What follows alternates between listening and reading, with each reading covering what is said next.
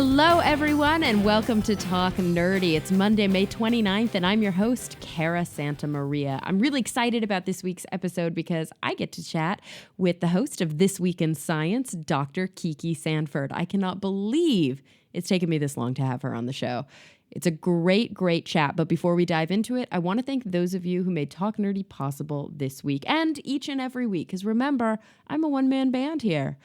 So Talk Nerdy is produced and edited and uploaded and booked and recorded and hosted by yours truly, but I do it with the support of my listeners. And I've pledged to you that I will always keep it 100% free to download. So I definitely depend on you guys for your support in the different forms it comes, one of which is rating and reviewing on iTunes, on Google Play, and all of the different podcast readers that you guys use. Another one is sharing across social media, Facebook, Twitter, Instagram. That really helps a lot. The more numbers we have, the better the ad sales are and the easier it is to get support through Patreon.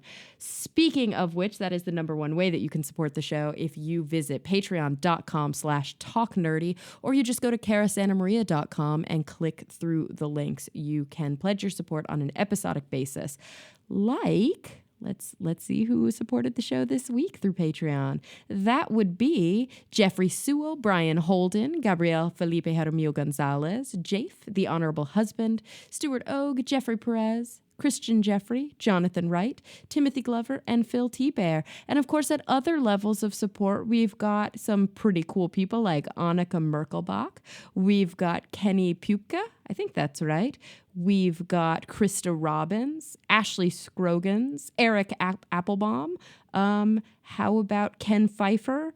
And Chris Parcell. That's just a sampling of those of you who are supporting the show. And of course, through the PayPal portal, which is another option if you just want to make a one-time supportive payment, I want to thank Rob Schreck. Guys, I couldn't do it without you. And you really do mean a lot to me and to the show. And gosh, everyone listening is thanking you too, because you keep it going. All right, I'm excited to dive right in. I hope you guys are too. So without any further ado, here she is, Dr. Kiki Sanford.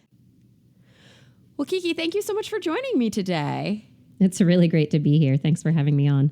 So do you prefer to be called Kiki, or your real name is Kirsten, right? Yeah, so people who've known me forever call me Kirsten, but Kiki is really kind of how I introduce myself these days. I was always wondering the difference between a Kirsten and a Kirsten. Are you both? Are you either? Because it's spelled the same, right? It's spelled the same. I was initially named Kirsten, but people just couldn't get it, and so they called me Kristen all the time. Yeah. And I found that if I introduced myself as Kirsten, they at least would call me Kirsten. Oh my gosh, that's so funny. The whole problem has been solved since I started going by Kiki. It's just easy. Yeah, it's easy. My boyfriend has the same problem. His name's Gabriel, but everyone calls him Gabe, but he never introduces himself as Gabe, because if he says, "Hi, I'm Gabe, then they always go, "Nice to meet you, Dave." No. Yeah. No, so it's always not even I'm close. Gabriel. Yeah, exactly. And I only have the problem of people calling me Cara when they see how my name is spelled. Or sometimes it becomes Clara, which is extra annoying. I'm like, who is she? Oh, from the Nutcracker, Yeah, that's true. I just saw the Nutcracker this year. Pretty ballerina. Yeah. Oh my gosh. So I have to say, I'm super excited to be connecting with you. You are one of these people in my life. Funny. You are in my life because I've been following your work for years. You are, I feel like, one of the most pioneering kind of female science communicators. And it's so funny because I have no idea why we don't hang out. You even live on my coast, don't you? I'm a West Coaster. I was in San Francisco until about 2 years ago, and now I'm in Portland, Oregon. So a little bit further north, but the same coast. Still, do you love it? Oh, I love it. Yeah, but I'm not going to tell anybody that. Well, wait. Portland is beautiful. There are weird things about Portland, though, when I visit that I have to get used to. It's not an issue anymore because I drive electric, but if I didn't, you're not allowed to pump your own gas, right? Oh, yeah. You get into Oregon, and it's all of a sudden to stay in the car. They're just going to take your ATM card from you, and you just sit there. It's so funny. And it feels super weird to us because it's been so long since that was the norm, but that used to be the norm all over the country. Absolutely. The funniest thing though is if you drive all the way, like say to Seattle, you start in California, pumping your own gas, into Oregon, stay in the car, go to Washington, pump your own gas. You're like, I don't even know what to do anymore. It is super, super weird. And of course, Portland has other quirks, but we all love the quirks. Like the carpet at the airport is an obsession for a lot of people for some reason. That I've never understood, but it's a thing. They make socks out of it and, dresses and T-shirts and mugs and the PDX airport carpet. Yeah. It's good. Really ugly. Like, I don't understand why people love it. It reminds me of like a skating rink in the 80s. That's what it looks like to me. I don't know. Probably where it came from. I have no idea. Something kind of nostalgic about that. So, was there a reason for the move? Was it a work thing or was it just more of a personal move? Oh, it was more of a personal life move. My husband and I, we'd been living in San Francisco and things are just getting crazy there. You have to just, it seemed kind of like a hamster wheel, you're just running and running and running and running, just to stay in the same place, like the Red Queen from Alice in Wonderland. You got to run faster and faster, but you're not actually making any progress. Yep. And then we have a 6-year-old son who is starting kindergarten this year, and the schools are fantastic in Portland. There's a lot of great school districts, and it just there are a lot of life factors involved in it. And I love that. Yeah. And we've got a little city. It's not big. It's a little city. So we can have a little bit of cityness if we want it. There are lots of bridges. And then there's nice, quiet neighborhoods. And I don't know. And you have seasons. And there are seasons, which I love. Yeah.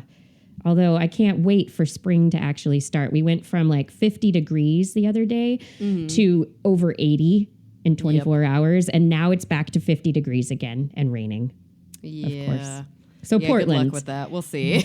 Rain. It is going to rain. Got to get used to that. But you know what? San Francisco is also kind of rainy, foggy. Like sometimes the weather's pretty crap there too. Yeah, I lived there for years, and it's one of those things where you're like, what happened to summer? Will I ever see the sun again? And you leave the Bay Area and drive east to find the sun, and then you have to drive back. And as you're driving back across the bridge, Carl, the fog is coming over the hills to the west, and it's like the nothing.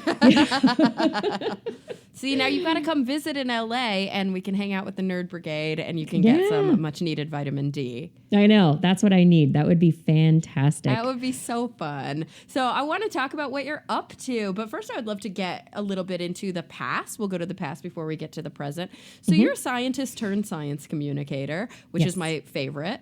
It's what I did. And of course, I think when I did it, I was completely unaware that it was an actual career and that there were other people who had done it. So I was like, I'm a pioneer. It's like, no. And then I slowly but surely learned, who the important contacts were and who I could commiserate with and all of that. But you did it really early. Like you had a AAAS mass media fellowship when, and like, I think I looked it up at like 2005. Is that right? 2005. And was that your transitional time when you started with that fellowship? Yeah. So I actually started my podcast, my online show, as a radio show around 2000. So This Week in Science started on the UC Davis campus radio station in 2000. And it was born out of a hot summer and my neighbors and I sitting around drinking Budweiser and talking about science all the time. And then we're like, how come there's no science on the radio? Like the only science on the radio that we could find was Science Friday. And this is kind of, early in the web days, Yeah, this is pre-podcasting. Pre-podcasting. Yeah. And so we were like, well, okay, why don't we approach the campus radio station and maybe they'll let us talk about science on the radio. And so we did, and they were like, yeah, great idea. Let's try it out. And so it kept going, and the show is still being broadcast on KDVS, the UC Davis campus radio station. Although now we used technology as it developed to expand the reach of our show. So it was around 2001 or so. We were like, let's build a website. And it was a really ugly old thing. And we'd been cassette tape recording our show. I have old cassette tapes of the show. It's pretty funny. Amazing. Yeah, I've got it. That's like number 1, number 2. And now we're like at I just did episode 617 last week. So, and that's probably not even accurate because it's 617 of the podcasts. So anyway, going back, we were recording cassette tape, and then we're like, oh, wait, there's this new technology, mini discs. And so we got a mini disc recorder, and we started recording the shows as MP3s or as WAV files, actually, to the mini discs. And because we had these digital files, we're like, oh my gosh, we can put them up on the website. So that's where we started, just sticking the files up on the website so that people could listen to them or download them. And then I think my boyfriend at the time was like, hey, I heard about this thing called RSS feeds. And so we're like, hey, can we do that? Let's build our own. And so we made our own RSS feed that we hosted off of our website. And we started, and it was 10 people subscribing, and then 100 people were subscribing to it. And then it was around 2005 that the iTunes podcast directory got started, and we submitted the podcast there in 2005, and it's been there ever since. Wow. So you really are probably one of the first science podcasts ever. I know that Skeptic's Guide, which I recently joined, has been around now. I think we're hitting year 12. Granted, I've only been with them for like 2, maybe 3 years. I'm so bad at keeping track of time. But and they were really one of the pioneers, but you predated them. I predated them. Yep. I've been around longer. Wow. And obviously Science Friday, which has been around forever, they didn't join the podcast troupe though right away, did they? No, they didn't, because they had such a broad reach on terrestrial radio. I mean, it was, for a while, it was like, why do we have to? And then they finally started realizing that people were really starting to listen to podcasts. Yeah, and it's just another revenue stream, honestly. Like, get your message out every place you can. And if you're already reading advertisements, and it's helpful, or you can do separate advertisements for the podcast listeners, which, obviously that's how most of us pay for our podcast, is either with advertising or Patreon or some combination of users and advertising reads. But you're no longer working on that radio show, right? No, I am. So this week in science is still going. Like I said, it's always going. It's always going. There was another radio project that you had worked on, no? Or maybe it's just that you've been finding new homes for This Week in Science periodically. That's what that really is what has happened. So we started This Week in Science, and I was doing it in parallel with my grad school. And then I did the AAAS Mass Media Fellowship, and that was amazing because I got to actually work in television news for that, and I got to go to WNBC in New York City and work in the NBC affiliate with their medical and science reporter Max Gomez on the 5 o'clock news, and I learned how to put together news stories and really how to tightly package stories. Yeah, how to produce. Yeah, that's what I learned how to do.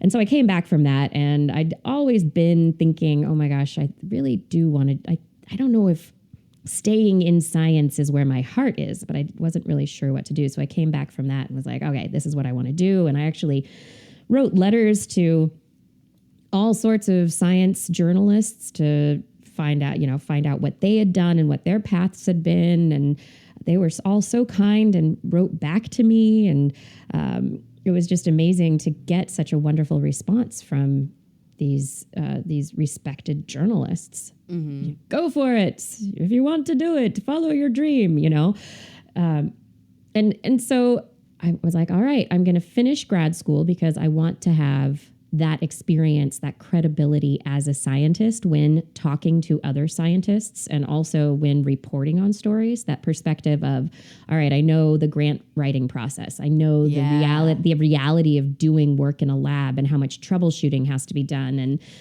getting a paper published, and, the whole process. And so it makes them trust you more and be more open when you're actually doing a good when you're interviewing a scientist. If you've been there, done that, they're like, oh, you get it. Exactly. And so that's what I did. I came back from the fellowship and I finished up my studies and I busted my butt and I wrote my dissertation and I finished, but with the goal of working in science communications. And so then I started working on some web video and I met this, and at the same time I was still doing twists as a podcast.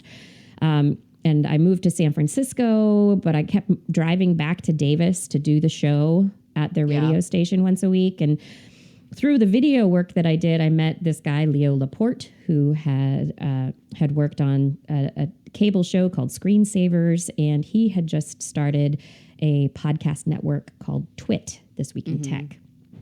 And so met him and started talking, and at a certain point, he was like, why don't you bring twists onto the Twit network? And so that's when we made the jump from just audio and radio to starting to do live video for our podcast. And have you stayed on Twit the entire time? No. So a couple of years. I didn't think so. That's where I was confused. And that's where confused. That's where it gets weird. And we lost a lot of people because we left Twit and I tried to tell people that we were going independent and where to find us and how to keep looking for us. But they decided not to carry any third-party podcasts at a certain point. And so it was like, all right, well, what am I going to do? And at that point in time, Google Hangouts was just starting up. And so we started beta testing the Google Hangouts to produce the podcast because I love the live aspect of it. I mean, that's just it's really nice. And the switcher, like it's a really smart piece of software. Oh, it's great. Yeah. And it's just, there's something about it. Starting in radio with that live feeling of, and anything could happen at any point in time. I could put my foot in my mouth, Yeah. And it seems like you're always in front of the curve with like, oh, there's this new platform and this new way to integrate. Let's try it. Yeah. And I've been working at that a lot. I think we've gotten a little bit, we've been a little complacent with Google Hangouts recently. It's just nice. It works, but, and it publishes to YouTube. And there's this awesome guy, named Brandon who, simulcasts us to Facebook Live, and there's wonderful things, but there are other places to go, like Twitch TV. What's going on over there right now? And that's true. There's Periscope, and there's the live video from Instagram, and I know, and even on Twitter, I guess you Periscope on Twitter. Yeah, that's true. But yeah, every platform has their own live, and Facebook Live has become huge, massive. Yeah. And so it's, taking the audio format, adding the video to it, and I think it allows you, to reach out to a different segment of the potential audience. Absolutely. Yeah. I've struggled with video though on the podcast. I do a lot in TV, and as you do too. Yeah. So you know the kind of the format and the annoyances of like waking up early to do full hair and makeup and getting on the set and blah blah blah. Like I'm the kind of person who doesn't wear makeup except on days where I have to. Yeah, so, same here. I'm like, first of all, I don't want to put on makeup. Second of all, I don't want to like not be in my pajamas when I'm podcasting. Which right now, because it's midday, I'm actually in gym clothes. I like went to but I haven't showered, which is gross. I took a shower today. Oh my God! And then the biggest thing for me is that I've noticed that when I do other people's video podcasts that publish to YouTube, I find that we'll be sitting here talking about some really fascinating aspect of science, and all the comments are about our boobs. And it's so frustrating for me that I've been really reticent to go to video. It's like there's something for me about having the podcast be audio only that like protects it from misogyny or something. Although I still get the emails about my vocal fry and my Valley Girl voice all the time. Like, oh my God. Fuck you. Yeah, I talk like a girl. Deal with it. A girl who lives in LA. I know that am true. But have you found that with the video aspect of your podcasting, or is it something that you're able to just kind of shake off? There definitely is more commentary about your looks with the video, for sure. But it's really interesting. We have an amazing community with This Week in Science, and so we do when we do our live feed through Google Hangouts. And so it goes to YouTube Live. There's the audience that's watching on YouTube. And those people are usually a bit ruder and make more commentary. And luckily, I've got like a couple of people who run interference and moderate for me and are like, you are banned. Banhammer, get out if you can't just keep to the topic, right? Yeah. But then we have our chat room at our website. So we take that YouTube feed and port it over to twist.org. And so at twist.org/live, you can watch and join our chat room of the of the community. And the community is fantastic. And they're funny, they're intelligent. I mean, and when people get out of line, they manage the whole thing themselves. And and so I've had a really amazing live video experience because of the community that has rallied around our show. And of course, you were there before YouTube, you know, like YouTube was, again, just another platform. Whereas I started SciComm sort of after the YouTube boom. So entering into YouTube, I face like frustration and a little bit of resistance. Like, I don't want to start a YouTube channel. That sounds horrible. You know what I mean? Like, why would I want to do that? And why would I want to do that in 2017 when a lot of my friends are YouTubers? I have some very close friends that are science YouTubers who are wildly successful. But a lot of them started early, you know? It takes, it's a whole other learning curve. And I'm like, I don't know.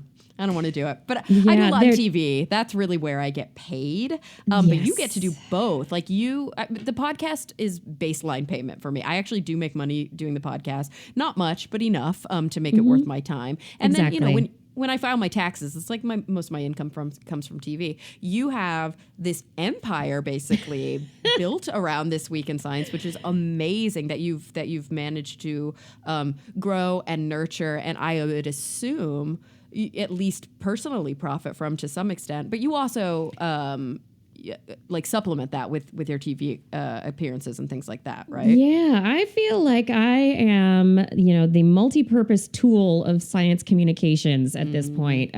So This Week in Science, it makes a little bit, it makes a very small profit. It pays for itself. It pays me and my two co-hosts a small stipend every month. And so it runs and it runs itself. Yeah, that's sort of how Skeptics Guide is. It's like it pays for itself, and it also does pay for us to go to a certain number of conferences every year, which can get expensive. So that's helpful too. Yeah, and right now, luckily, I mean, it's making enough money so that we are, you know, attending a couple of science festival events to be able to, you know, actually put on live shows at the various science festivals. So these, you know, this is part of what I'm like working toward, trying to grow Twist so that we can do more. It's like all of a sudden I'm like, am I going to be like a traveling band? Like the traveling podcast, going places to podcast in front of people. And also live recordings have an energy that you can't capture otherwise. So much. We did the Sketch Fest in San Francisco this January, and it was awesome. I love that. The room was packed. People were there. They didn't get up and leave. You know, they actually stayed. They clapped. They laughed. They booed. You know, there was real interaction between the people that were there and us doing the show. It was really fun. It really made it a special experience. I feel like one of my friends, Janet Varney, was one of the kind of coordinators or founders or really early on with Sketchfest. She's been working on it every year. And when I think of her, I think of fun. You know what I mean? It's like, I can only imagine that something that was like partly her brainchild would be like amazing. Yeah, so much fun. Science fun. Put science and comedy together. And it's absolutely. It's fantastic. So anyway, Twist is, you know, it has been growing and it's doing fine. I'm still growing it. Luckily, I've had a very supportive husband who through the tough times has been like, okay, keep doing it. You love it. Keep doing it. But I do freelance writing. I have started a boutique, i.e. it's me and people I contract with to do the work, video production company to try and help. Very cool. Yeah. Called Broader Impacts Productions, and to try and help scientists tell their stories. Yeah, that's huge. And that's really important because a lot of times what I find is when I book a TV show, obviously there's always a production company involved. Even usually when it's in-house, there might still be a secondary production company involved. I shouldn't say always, but the vast majority of the time there is. And they aren't necessarily tailored towards SciComm, even if they have a good track record of SciComm. That's the best you can hope for, is working with a production company that's made previous science content. But a lot of the time, it's a production company who knows how to make TV, but that aspect of it, they almost just expect that whoever they hire to co-host or to host will bring the know-how. And you're like, yeah, but maybe I want a separate production fee for doing all this damn research. Right? You want me to host and do your job for you? Exactly. It's so common, and it is a little frustrating. And how cool to have a production company, a one-stop shop where you know that if you pitch a show and you get hired, you can pull it off. You can hire the right people, all the right producers, all the right crew, and make a show. And at its core, the hope and the care and the understanding is about science communication. But of course, you can only be successful as a science communicator, as you have been, if you understand that it has to be entertaining first. It's all about grabbing the audience, shaking them around a little bit. No. It kind of is, and you've always been so great at that. So how are you able to square the circle that I notice in American media, it seems to be like the holy grail, which is how do I, teach something or tell a story that's equal parts or even more so fascinating than sort of informative? How do I make sure that sort of equation is always met? Yeah, for myself, it comes from finding that for myself. If I can find that little piece of information that triggers the story, that I from which I can go, okay, this is the story arc. This is the story that needs to be told. And there is a lot of and so the part of it for me is choosing the right stories to talk about, choosing the right stories to tell. What was there? There was a podcast I did recently, just a freelance thing that was basically me writing a story and then and reading it for the Royal Society of Chemistry podcast, and Royal Chemistry Society. But anyway, messing that, whatever. One or the other.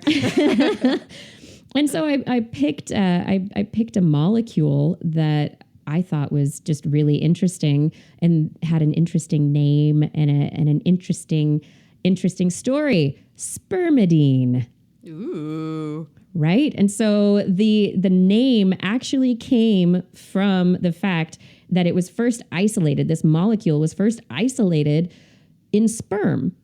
It's found all over the body, various tissues, different levels, et cetera, but it was first isolated in sperm, and it was Antony van Leeuwenhoek, the cell guy, the Dutch researcher who basically invented microscopes. And he's like, oh, here's my sperm. I will put it under a microscope. What is in there? Well, yeah, because who has the technology available wouldn't want to do that, really? I put all sorts of bodily fluids under my microscope. Exactly. Can't help it. Can't help it. Gotta look at it. What's in there?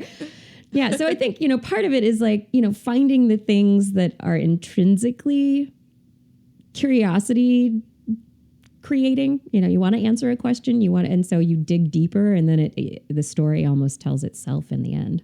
Yeah. Yeah, no, it's true. And it's not always easy. Some things, like you said, are really intrinsically interesting. A lot of times, I think, it requires a human story. It's very hard for us to connect to esoteric things. Like if there aren't other people involved with emotions and personal, relationships, it's hard. Some things are just like, whoa, interesting. Even if there are no people, like, whoa, look at that. It's crazy. Look how beautiful. Look how interesting. Meme-worthy visuals and things like that. But a lot of times when we talk about science, it can be complicated. And one way to be able to tell the story is to connect it to people. Exactly. And sometimes I think that science television programming it's like, for whatever reason, that's not understood. And that bums me out a little bit. Yeah, you're like, you can just grab somebody. What are personal experiences that people have had? What's a common human experience? What's an emotion that everybody feels? Yeah. Mm-hmm. Yeah. Because we can all relate to certain things. So if we can tap into what that thing is, and sort of like force the empathy, I think that it has an amazing outcome. And I think, honestly, all the best science writers historically have done that really well. When you think about the best of the best, the Carl Sagans and the Oliver Sackses, and even the more modern ones like Mary Roach, I think a lot of people will put up there. I was just going to say her name. Yeah.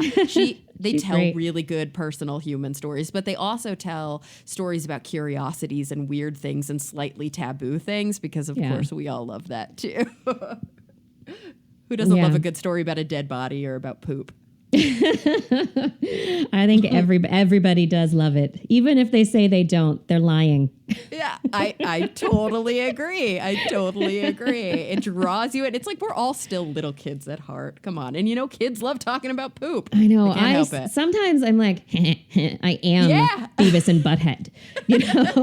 I do that every time on Skeptic's Guide. Anytime Steve or any of the other guys mention a story that was published in the Proceedings of the National Academy of Sciences, penis, I always laugh.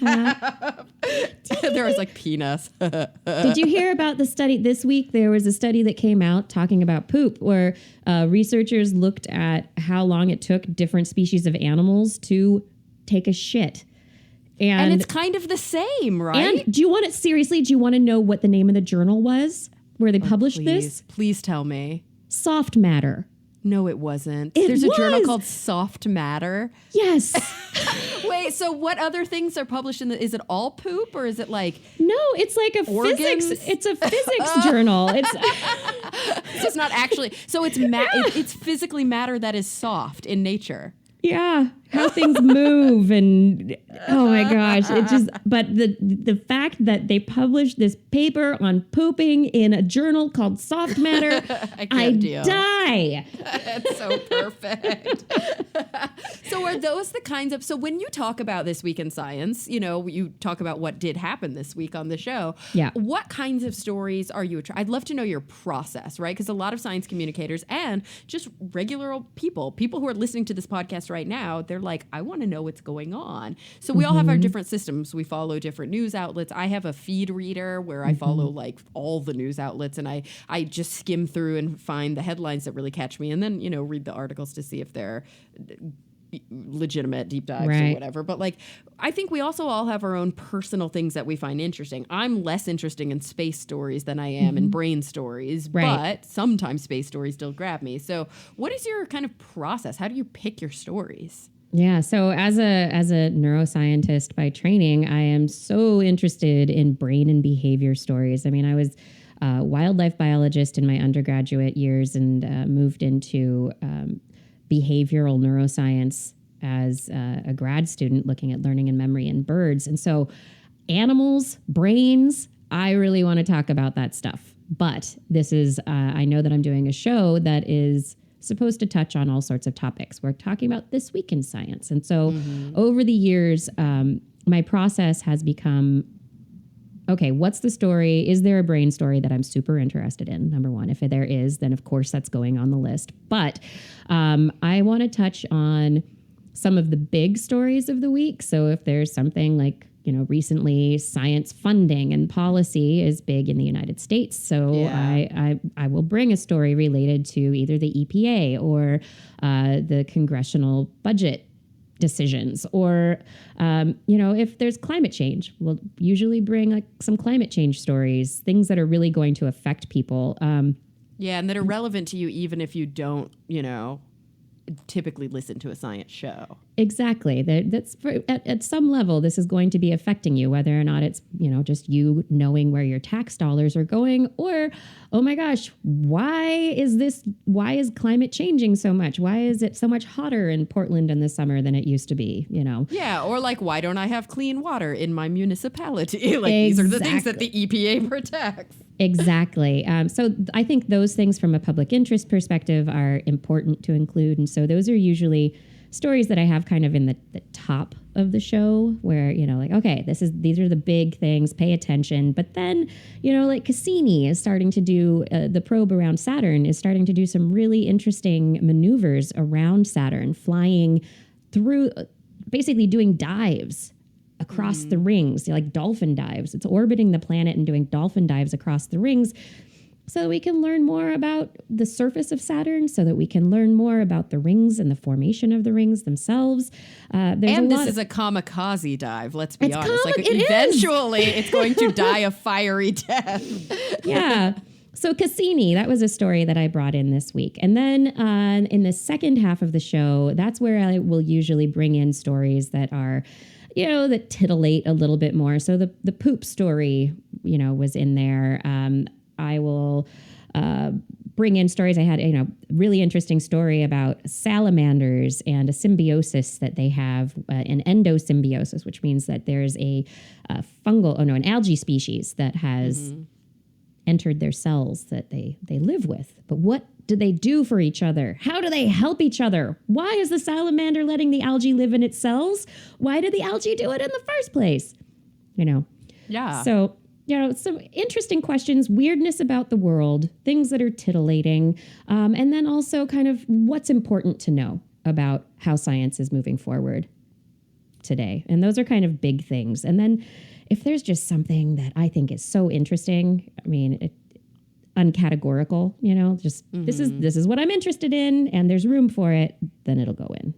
Yeah, because sometimes as science communicators, our finger is like absolutely on the pulse of what's trending in science news. So, you'll look on Twitter and you'll notice that multiple outlets are reporting the exact same story. Some, for whatever reason, that's catching on and people are fascinated by it and they're clicking on it. And, it might be like one of their hot stories that's trending. And then other times there's stories where I'm like, well, this is damn interesting, and I don't care if other people aren't catching on to it. I'm gonna tell you why this is so interesting, because it's weird when really fascinating stuff doesn't get the same kind of traction. Exactly. But I think that we can help it get traction if it's something that we feel like was kind of overlooked.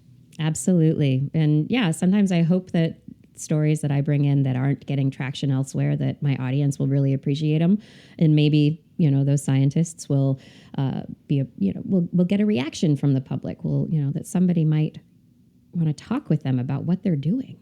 Absolutely. So you've mentioned that you also do, because as a freelancer, right? Or you're a business owner, a self-employed individual, you have to do a lot. I know this. You have to do multiple jobs and stitch all of the income together. I just stay home and eat bonbons all day long. And I just buff my nails. That's all I do all day. That's all I do. And then I just get on the air and I talk about science.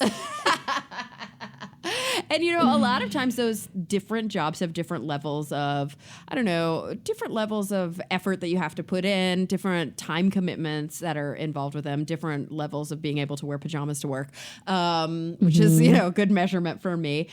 Television stuff, I find, is often some of the easiest work that I do. It does require a lot of prep, but a lot of it is just about being extemporaneous and being just on. You've got to be alert, you've got to be well rested, but otherwise it's it is what it is while you're there and you get through it. Yep. Whereas if you get hired to write something, it's for me, the hardest, most frustrating aspect of my work. Are you one of those people for whom writing comes easy? Are you one of those people who really enjoys the process of writing? Or do you want to beat your head against the wall the same way I do? I want to beat my head against the wall. I'm so glad I'm finding camaraderie in so many people.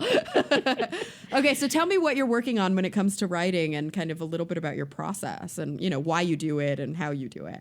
Yeah, so right now I am in between writing projects, which is good. I'm working on a video production project, but cool. When there are different kinds of writing projects. So like I mentioned, the produced podcast where you write a piece that is 8 or 9 minutes in length, and it has to sound like you could read it, right? That you're speaking it. So it can't be stilted in any way. It has to be conversational writing. And so I find that the easiest to write is writing like I talk. Exactly. To me, that's all. Writing scripts, I can do leaps and bounds easier than writing a book chapter. Exactly. Yeah.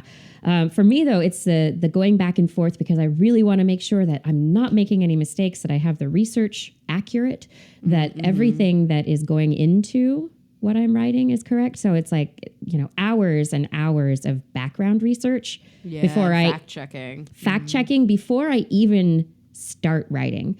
And then I'm the kind of person where I kind of have a working outline in my head, and then I'll maybe jot a few things down to kind of trigger me for the flow of what I'm writing. But really, I just start writing, and I write and I write and I write and I edit as I go. I'm an in process writer, and so for me, it's just everything takes a long time. I am the exact same way. I will reread a sentence 3 times and I'll be like, oh, I can't use that word twice in exactly. 2 sentences. So I need to find the right word right then. So I've always got a thesaurus tab open when I write, and I've always got multiple research tabs open, and I'm sort of citing as I go. Yep. And then other people are like, no, you just get it. You just barf it all out on the page, and then you go back through and clean it up. And I'm like, I don't know. I don't know how to do that. It's like incapable of working that way. And I'm learning more and more that when people give you advice about how to write, it's kind of like, I get it, but that works for you. Because there is no one true way. And I've spoken with some incredibly successful, renowned writers who have the worst writing hygiene you can think of. And then I've spoken to other ones and it's like, you know what? We need to stop saying this is the right way and that's the wrong way. We just do. If you get it done and you get the paycheck, you did it right. And if you write something that people respond to, you get the paycheck for doing it, but that you're writing something that people want to read. That's also true too. Yeah. But I've also noticed with my friends who are full-time freelance science writers, meaning that 98% of their income comes from writing articles in magazines and things like that. They'll put their heart and soul into a piece that's the most interesting thing they've ever written, and then it'll get like a lukewarm response, and then they'll rattle off some garbage like really late at night because they have a deadline, and then it'll go viral, and they're like, what? I do not understand. So I think that's a frustration for a lot of people. There's almost never a point-to-point correlation between how much you work on your baby and how well it does, which can be frustrating. Yeah, it can be frustrating. I mean, I think, overall, you have to look at the career as a whole. That's a good way to look at it. No, I would agree. Yeah, I used to play poker, and I shouldn't say used to. I still play poker, but I used to play poker much more seriously. Like, it was a source of income for me. And the thing is, you will never be a good poker player, and you will never actually be a serious poker player unless you keep records, because we're really good at, as we all know, remembering the hits and not the misses. Yeah. Oh, I've done fine. I'm fine. And then I had that one really big win. It's like, but then you had 40 losses in a row, and you just don't remember. You're not remembering those things, which are really affecting your bank account. Yeah. And so when people see people who play poker professionally and they're like, wow, they must be really good. It's like, yeah, but they're also consistent. That's the important thing. They know how to maximize their wins and minimize their losses, but they keep records because most people, a good poker player breaks even or makes a little bit of money. A really good, very strategic and smart poker player can actually support themselves as a poker player, because in the long run, a lot of it evens itself out. Or you suck and you just lose a lot of money, and then it's like, maybe you shouldn't be playing for money. Yeah. You should just be playing for fun. Yeah, how about some peanuts there? Yeah. But it's a very skeptical way of looking at your career, right? Is to actually keep records. It's important. Yeah, it is. And, I think even for science writers, it's good to keep a folder of the things that you've written. Keep a folder of the things that you really love, the things that you, that you're lukewarm about. Keep those in a separate folder maybe. But, watch them grow. And I like doing that. I mean, I've got my Google Drive, and I've got, my folders of things I've written and things that I put them there. And then going back to like the comments that you get from people online about things, once upon a time, people used to send email comments as opposed to just these live things that go out into the ether. But I actually I was like, I'm going to put a happy, positive folder for all the nice comments, and I'm going to make a folder for the negative comments and keep them separate so that I can keep track. Because in that situation, our brains focus on the negative. Yeah, that's right? so true. You can have 50 emails of people saying, you've made my week. I love your work. I want to support you. And then you get one person who's like, you're not very bright. And why didn't you fact check this? And, you know, I don't like the sound of your voice. All the things they have to say. And that's all you hear. It's like, oh, well, I'm horrible at my job. I'm terrible, right? Yeah. I'm not doing things very well. And it's like, well, you know, sure, if somebody's honestly critiquing you, you can take that to heart, but very often it's just trolling. And if you look at the positives versus the negatives, if you're doing your job right and you're doing it well, the positives are going to outweigh the negatives. Absolutely. And it's really hard to do, but being able to separate an ad hominem attack from just real kind of constructive criticism is an important skill, you know, because sometimes an ad hominem sounds like criticism. They actually think that they're giving you constructive criticism. And to be able to tell the difference, I find a lot of times when people have commentary about the quality of a person's voice, it says a lot more about the person listening than the person speaking. It's a very kind of pernicious and systemic sexist thing in our culture. Oh, it absolutely is. I mean, there are... I would say the majority of comments, you know, about voice are going to be negative if there's a woman speaking. Yep. And it's always the same kinds of terms. Vocal fry, lilting at the ends of sentences, saying sentences as if they're questions, talking like a valley girl. Like, I get these comments, not regularly, but when I do get them, they're always similar. And the obnoxious thing is that we've seen this happen. Like, who was it? Ira Flatow. Didn't he do a whole thing about how, like, he has the worst vocal fry ever, but he never gets comments about vocal fry? Exactly. Yeah. People are just poking at the ladies. Yeah. But like, at a certain point, you just have to know the difference. You have to be able to say when you read the thing, like, oh, well, now I know where you're coming from, and I know kind of the sort of person you are.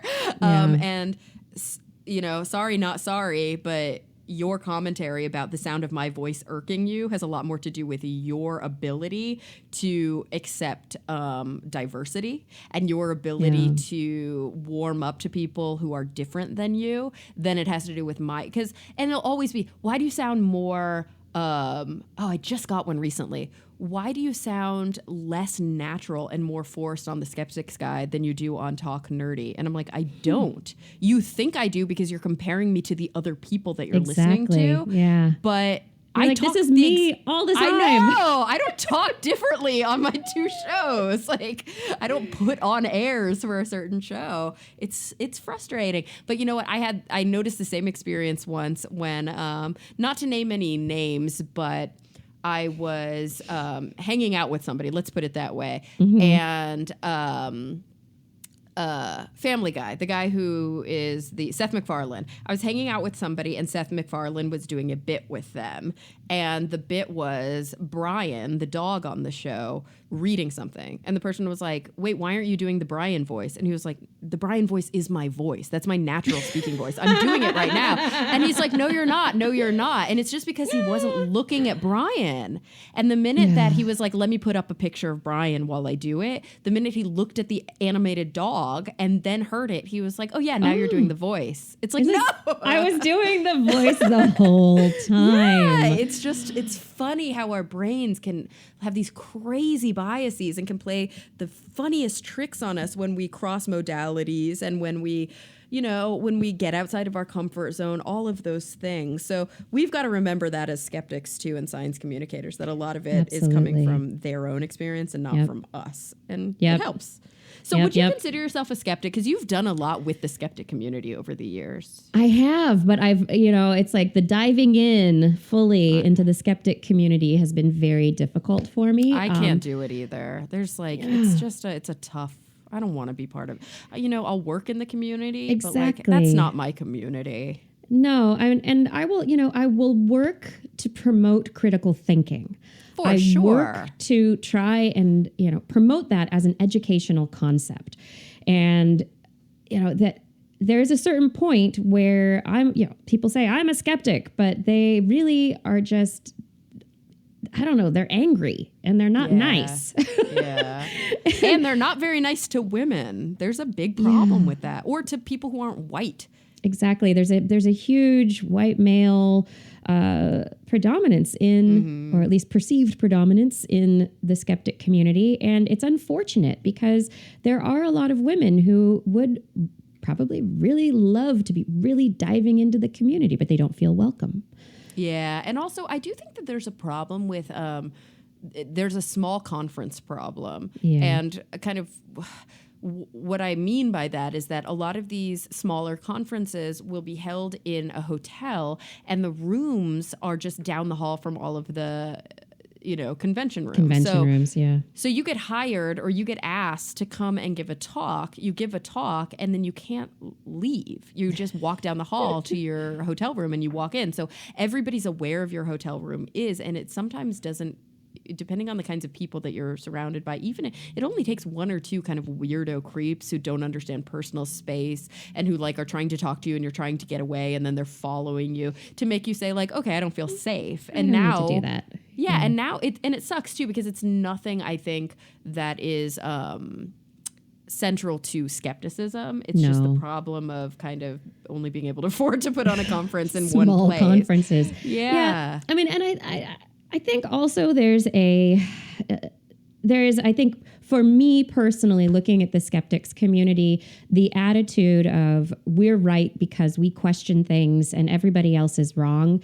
The very, Richard Dawkins-esque way the holier than thou. This method of approaching people, it pushes people away. And if there's nothing else that research into science communications and psychology has shown is that when you challenge people's beliefs, when you tell them they're wrong, before you even start a conversation, that conversation is over. Yep. They just stop listening. They stop listening. And so if you want to change minds, if you want people to listen and discuss and learn how to be critical of information that they're encountering in their lives, you need to engage with people on that emotional level, going back to telling the stories. Engage with people where they are. Find out about their experiences and why they think about things the way that they do, to get them talking about stuff, to find out what's going on. How can we meet in the middle? Yeah, and guys, this is an evidence-based approach. That's the funny thing. This is based research on supported.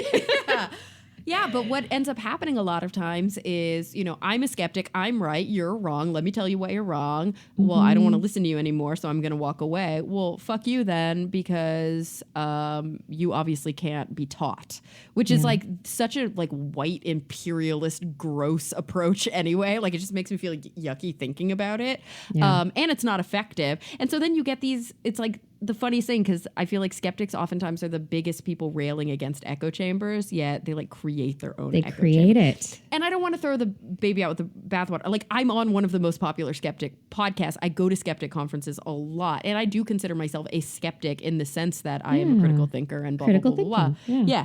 But I was on the board of directors for the Bay Area Skeptics. So, it's not like I'm not involved and not trying. Exactly. We're involved. We are involved. But there are things that could be better.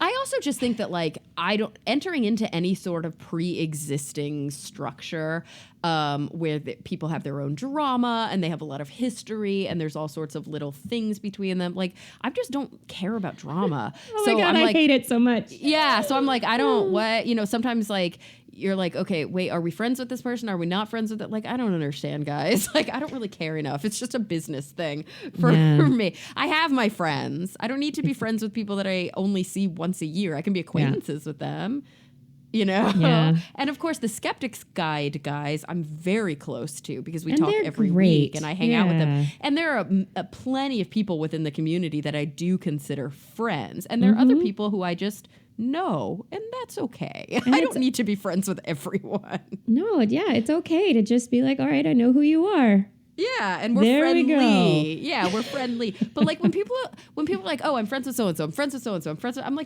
you aren't. How do you have that much capacity? That would take so much effort to be friends with a million people. It's super weird to me. Yeah. And, maybe they feel like they're friends with people because they've gone to a conference and talked with them once and then they're friends on Facebook. Yeah, I guess. I don't know. I can't even deal with Facebook either. Facebook is so blah. I like keeping up my page. That's really fun. And it's a great place where people can message me. I always respond to people, even sometimes if it takes a few weeks. But my page is really fun. But like personal Facebook, where it's like all my old acquaintances from high school, like I never log on to that. It's just baby announcements and like weird political and religious peddling from Texas. I can't deal with it. It's rough. Where did you grow up? Did you grow up in the Bay Area? I grew up in the Central Valley of Northern California. Okay, that's nice. So you're a coastal person, but it is still a little different when you're in the like Central Valley cities. Like there's some more conservatism there. Absolutely. No, it's so funny talking to my dad who still lives there. Every election cycle, I'm, living in San Francisco or Portland or, these bastions of liberal progressive thought. Right. And so I'll talk with my dad about stuff and I'm like, I think we really have a chance on this. And blah, blah, blah. And my dad's like, you are in a bubble. Yeah. Come back to Central California and talk with people, talk with the farmers, the ranchers, and then tell me how confident you are. Exactly. And the truth is those people, the cool thing is they're all scientific thinkers, right? Farmers are scientists and ranchers are scientists. Yeah. So when it comes to the straight political stuff, it's true. Sometimes we're like so stuck out here on the West Coast. But the great thing is when it comes to the science, there's always ways to reach across the aisle. The aisle totally oftentimes isn't even relevant in the conversation when it comes to science, which I love. Absolutely. I totally agree. Love it. So I just want to say I think it's important. There's all this talk about the Republican war on science. Chris Mooney came out with that book years ago, and like this idea that Republicans are against science, Democrats are pro science. Let's just put that to bed. Can we just put it to bed? There are individuals who are out for more business interests, and so they're working in that direction. But when it comes to science and talking to people about it, you're talking at a personal level. Absolutely. Because we've all seen examples where, maybe you see more climate denialism on the right, or you see, but you also see more support of genetic modification on the right, Exactly. And you see like hysterical anti-GMO rhetoric on the left. And, we can sit here and like make a pro and cons list or like hash out, well, which one's more pernicious and which one. It's like, it doesn't matter. There's not like a political party that's more critical in their thinking. Yeah. That's apolitical. It's just that there are certain political persuasions that maybe play nicer with certain scientific concepts than others, but it happens on both sides of the aisle. And any given election, when you look at the sciencedebate.org outcome, it is, like you said, very personal to the actual candidate. This last go around, Hillary Clinton scored way higher. Donald Trump did the worst. He almost scored a 0 on the science debate. Yeah, it was terrible. But even Jill Stein, who is a Green Party candidate, was like pretty anti-science. She did not do that well. Yeah. And who's the other guy, the libertarian? I'm blanking on his name right now. He doesn't know where Aleppo is. What? Who? Yeah. The libertarian candidate this year. Everybody's screaming the name while they're listening to this. And I've put it all behind Gary myself Johnson. right now. Yeah, I know. Gary Johnson. There we go. He did not do very well either. He did about as well as Jill Stein, and then leaps and bounds above was Hillary Clinton. But that has nothing to do with whether they were Democrats or Green, or because Green is like usually more progressive in a sense than the Democratic Party or Libertarian or whatever. It has to do with the people, and Hillary Clinton is just better read and more pro-science, But some people say, but she's more pro-big business and blah, blah, blah. It's like, but that's an independent issue. Yep.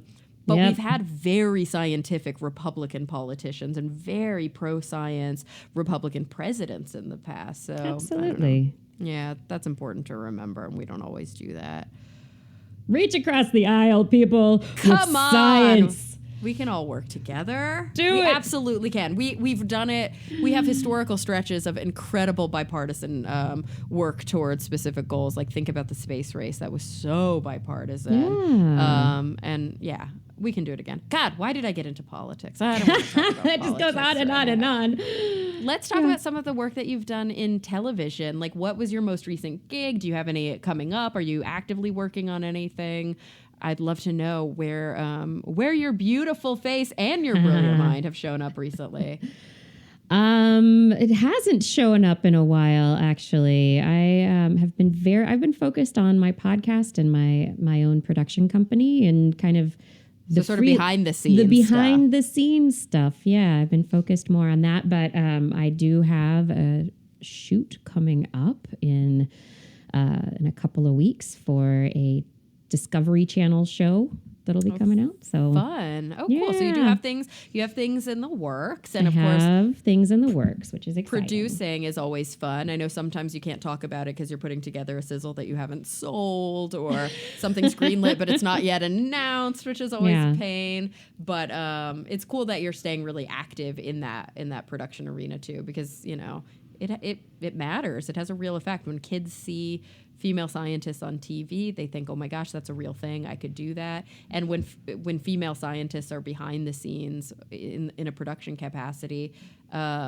I think that opinions and perspectives are shown that we don't always get. It affects the final product, and probably in a very positive way. And, recently there was an opinion piece. I don't remember what outlet it came out on, but the author was like, why Bill Nye's out there with his new show on Netflix and he's not saying things, he's maybe pushing people away, because of the way he was approaching the climate change issue on his show. And people are looking at it, and this writer said, Bill Nye, Neil deGrasse Tyson, these Carl Sagan, Michio Kaku, why are they always the big names? Why are they always men? And so like on Twitter, there was this, this pops up every once in a while. I've seen it several times over the years where someone gets a bug in their butt, and then it flourishes for a while, this idea of let's get more women on television, and people talk about it. Oh, it's so frustrating. And then nothing happens. Where are all the women? And you're like, we're here. We're here. It's not that there aren't enough women, you guys. It's that at the very, very tippy tops of these networks, they're not booking us. Or we have the correspondent role. We're the roving reporter. Yeah. We're the sidekick, whatever, we're the talking head, whatever it may be. It's not that we're not there. We're there. We're just not, like you said, at the tippy top. And it's not because we're not working hard at getting there. It's because there are gatekeeping mechanisms in place. And that's what we have to focus on. Yeah, and whether or not it's the networks who are buying the programs, looking at, what shows get the most eyeballs, or the production companies that are selling the programs to the networks. Mm-hmm. I was honestly told by someone at a point in time that, I would not get a show. I would not get a show being the sole host of a show as a woman. And that if I were to get a show, it would be as a co-host with a man. Yeah, I've had friends who have told me, people have point blank at like network executives have point blank said that, I can't sell a science show with a female host. Yep, absolutely. That's what I have been told many, many times. I've been like you mentioned at the beginning of the show, I've been doing this and in the system for a very long time. I have, I get so tired of it and fed up. I go hide my head every once in a while. I'm like, I'm just going to do my podcast. You guys leave me alone. I've seen it over and over again. Just not getting hired, passed up for a man. This is, over and over and over again. And I'm like, okay. But I am going to say it is changing. There are more women who are like yourself who are working on this stuff now. And there's the Outrageous Acts of Science, the Science Channel program that was started by a woman. There are many female hosts on the show. It's males plenty that have been on the podcast. Female. Yes, Karen Bondar, for example. Karen Bondar, and it's going into its 7th season.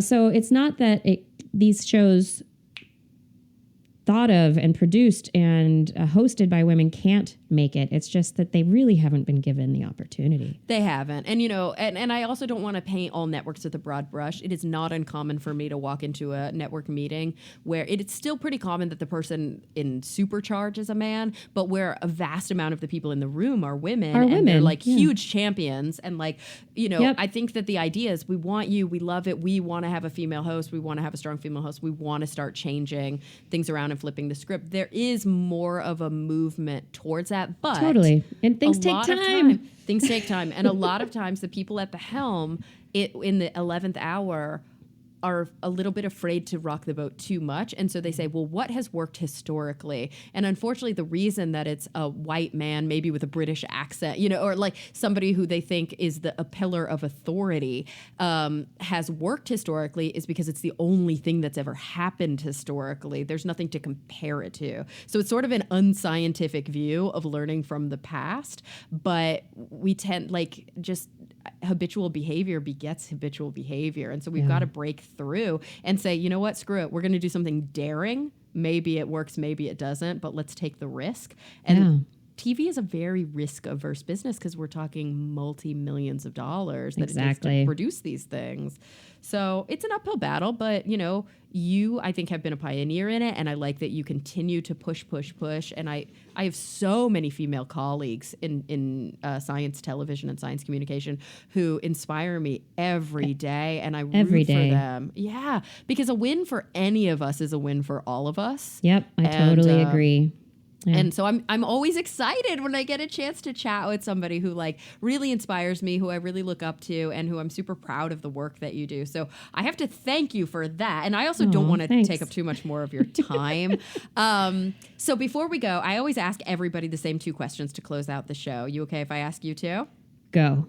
All right. So big picture, here we go. When you think about the future, in whatever context is important to you right now, it could be your personal life, it could be the life of your community, or really big picture, like humanity as a whole. Number 1, what is the thing that keeps you up the most at night, that worries you the most, that you're kind of pessimistic and concerned about? But then on the flip side of that, what are you really hopeful and optimistic and excited about when you think about the future? So I have anxiety, so a lot of things keep me up at night. Yeah. But generally, I think the things that do keep me up at night are, wondering about the future of humanity. I look at things like artificial intelligence and think about aspects of the future with artificial intelligence, like super intelligent artificial beings. Are we going to turn computers into these intelligences that can rule humanity at some point in time? And I wonder about what's going to happen with, the future of jobs. What's going to happen to truck drivers when all trucks are automated vehicles? What's going to happen to basic? Yeah, where are people going to work? What are people going to do? I wonder these things because I think about the future that my son is going to be growing up and inhabiting. How fast is technology going to move forward, and at what point? Because people are pretty sure we're going to get one of these super intelligent artificial intelligences. At what point is that going to happen? Is it going to be 2040? Is it going to be 2065? Is it going to be later? Yeah. Yeah. And so these things make me curious, and I think a lot about them, probably a little bit too much, but but hey, that's what I do. If nobody's thinking about them, that is not good, Well, cool. Yeah, okay. I could see that. It's as they call it, an eschatological threat in many ways. So it is an important thing to think about. But of course, there's so much to be excited about. What is the thing that kind of tops that list for you? Absolutely. And to be excited, I am absolutely excited about the potential of humanity. I mean, the fact that we do so much currently, and I look at my son and the kids that he's growing up with and how smart they are, how just on it. I mean, 6-year-olds asking these really bright questions, really insightful little beings. And they're looking at the world and I think the future is bright because there are so many bright lights coming into it right now. love that. That's so exciting. Are you public with it? Do I get to know your little boy's name? His name is Kai. Kai, what a cool name. How do you spell it? Kai? Yep. Oh, that's beautiful. Thanks. Oh, I love that. I love that. Oh, that's great. I don't think I know anyone named Kai, but it is I have a friend who had a cat named Kai. But it's a common name like in Hawaii, right? Yeah, and in Japan, And it's actually it has roots in languages around the world. Very often, the name is related to water. In Japanese, it means ocean. But yeah. Got it. Oh, that's just lovely. Oh, beautiful. Well, yeah, I could see having a kid changes perspectives on things. I can't speak to it personally. It does. It's like all of a sudden it was all about, it used to be just about me. What am I going to do? And now I'm like, the future. Yeah. That's true. The future just grew. The future just doubled for you. Yeah. But also, oh my gosh, so exciting. Yeah, absolutely. Very exciting. So there are lots of brilliant, bright things to be hopeful for. And, even though there are these dark thoughts that might cross my mind or one's mind, there's so much that's positive. And that's what we need to be thoughtful about. So true. And such wonderful, I think, words of wisdom to close the show on. Kiki, this was so much fun. Can you let everybody know, how they can find you online and, message you on Twitter or wherever you tend to lurk? Absolutely. So I am Dr. Kiki, Drkiki on Twitter and also on Facebook. And I think I'm the Dr. Kiki on Instagram. I don't know. I just post things to it. Well, you'd be easy enough to find, I think. Yeah, you can find me if you look for Dr. Kiki online. And then This Week in Science is hosted at twist.org, which I'm currently trying to get rid of some spam. Websites. But anyway, websites. Twist, TWIS. That's the Twist Science if you want to follow TWISCIENCE if you want to follow Twists on Twitter. Yeah, guys, well, if you're not listening, why not? You obviously like science podcasts, so you should subscribe and you should start listening today. Well, Kiki, thank you so much for joining me this week. It's been really fun talking to you. I'm really glad that we have finally gotten a chance to talk to each other. That's great. Seriously. And hey, everyone listening, thank you so much for coming back week after week. I'm really looking forward to the next time we all get together to talk nerdy.